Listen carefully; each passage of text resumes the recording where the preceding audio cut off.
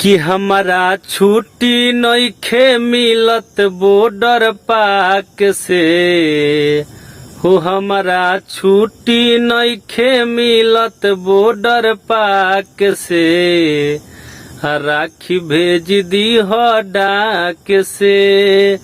हे बहिनी गिफ्ट तोहर भेज देम फ्लिपकार्ट से राखी भेज दी हो डाक से। अरे भेज दी हो डाक से हो, भेज दी हो डाक से,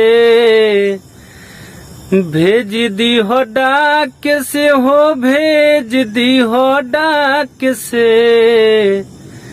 ए बहिनी गिफ्ट तोहर भेज देम फ्लिपकार्ट से राखी भेज दी हो डाक से।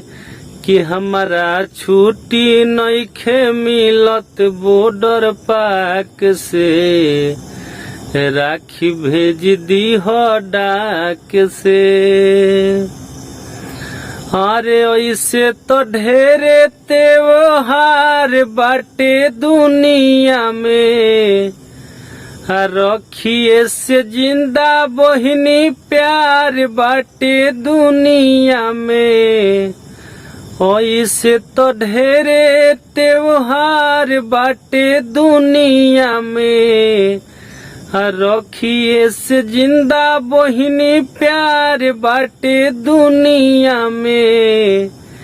कि चिंता करी हो जनी बानी ठीक ठाक से हो। चिंता करी हो जनी बानी ठीक ठाक से राखी भेज दी हो डाक से। कि हमारा छुट्टी नइखे मिलत बॉर्डर पाक से।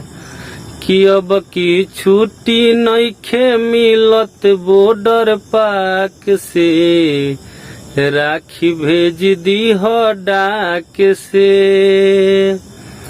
अरे भेज दी हो डाक से हो, भेज दी हो डाक से, भेज दी हो डाक से हो, भेज दी हो डाक से।